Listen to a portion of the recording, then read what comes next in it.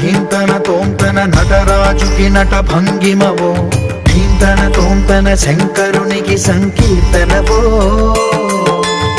ఈశ్వరుడే అనునిత్యం తనలో తలచుకునే ఓంకారమువో, శివ హృదయం కరిగించే ఆ పంచాక్షరివో.